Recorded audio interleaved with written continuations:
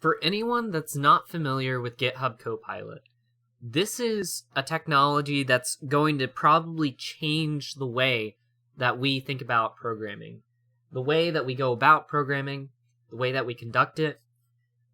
This project is from GitHub, and as you can see, it's powered by OpenAI. For anyone that's not familiar with OpenAI, it's an open source AI project. A lot of people have been working on getting AI into the hands of programmers and into the hands of people, so we can actually start developing more things utilizing AI technology, which is just really training a program to do something effectively and using data to solve those problems effectively. So in the case of programming, there's a lot of times when we have to do a ton of research to figure out how to solve a particular issue.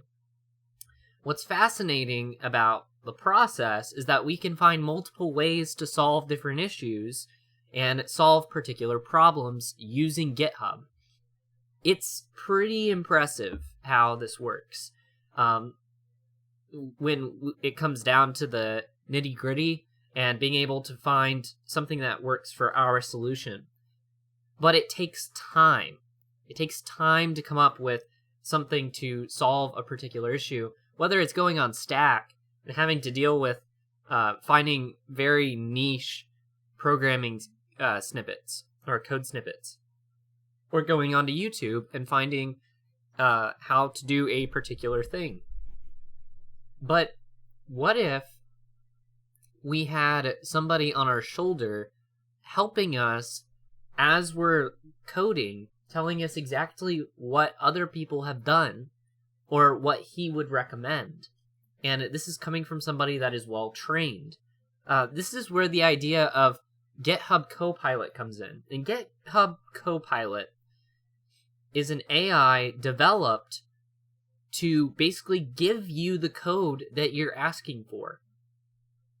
They have a bunch of examples on the website. The website, you can literally look up GitHub Copilot. It would be the first thing on Google. If you look at this, you have a Python example here. I'm more familiar with Python, but here's a great example on what GitHub Copilot provides is this right here. So you manually import the date and time. You create a function with its name parse expenses, and then you do expenses string, and it says parse the list of expenses and return the list of triples, date, value, currency. Ignore the line starting with hashtags, parse the data using date time, example, expense string, and it gives you all of the things that you could do. If you look here, it gives you the list for the expenses. This is what GitHub Copilot actually writes for you, so you don't have to write a thing. This is all you writing the comment and telling what GitHub Copilot, hey, this is what I want, GitHub. And the Copilot, gives you this snippet of code that solves your issue.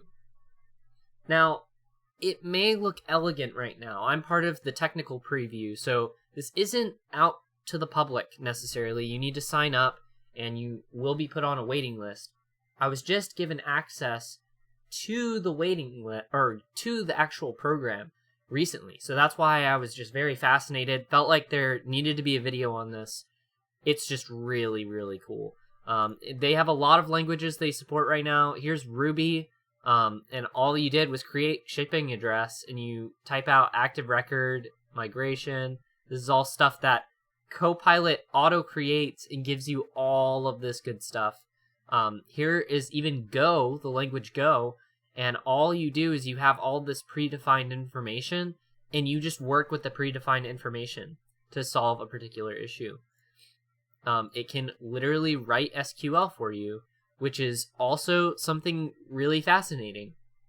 The AI is trained against different open public repositories on GitHub. So all of your repositories, it's trained against code that's worked and has been put and tried in the public arena. And it's coming from good programmers solving niche issues, so it can figure out what you want. It also helps you document your code using comments, which is really fascinating as well. It extends to your editor, NeoVim, not too familiar with NeoVim personally, JetBrains, VS Code, and you use the extension and it works. It speaks all the languages you love. It likes Python. Python is a big one. JavaScript, TypeScript, Ruby, Java, Go. But it understands dozens of languages and can help you find your way around anything. You're the pilot. GitHub Copilot is the Copilot. You are in charge of everything that you do. And they claim that this is more than just an autocomplete. It's not just an autocomplete. It's a lot more than that. And here's even a Java example, which is kind of crazy. A person class with name and age, assessors and equals, and hash code. And it has all this stuff down here. This is super impressive. Very, very impressive. This is all what GitHub Copilot creates. So again, here's just another one. Git repositories. This is from Python. And it's got all sorts of crazy things. JS example. Anyways, that's kind of a rundown on some of the things that you can do with this particular thing. Here's even a fetch tweets. So you have a module called Tweepy, and you also have an OS, and it will use modules that are built in Python, and you can just import them, and it knows how to use them, which is very, very fascinating. So let's go ahead and actually get into maybe an example of how this could work. So let's say I wanted to create a class with, let's see, we'll simulate a class person with an age, name, and address. And what we can do is a student, a class with a name and student, and a teacher. And we have all these different things. So it's simulating, it's giving you comments and things that you can create alongside. So I'm going to do a person, right? We're going to put in person. And look what this does. This is fascinating. This is all auto. It's more than an autocomplete, right? Because it has solved my issue for me. Let's say I didn't know how to create an object in Python. It's created a constructor. And for anyone that's not too familiar with the language of Python, this is a constructor. This has the variables, the parameters.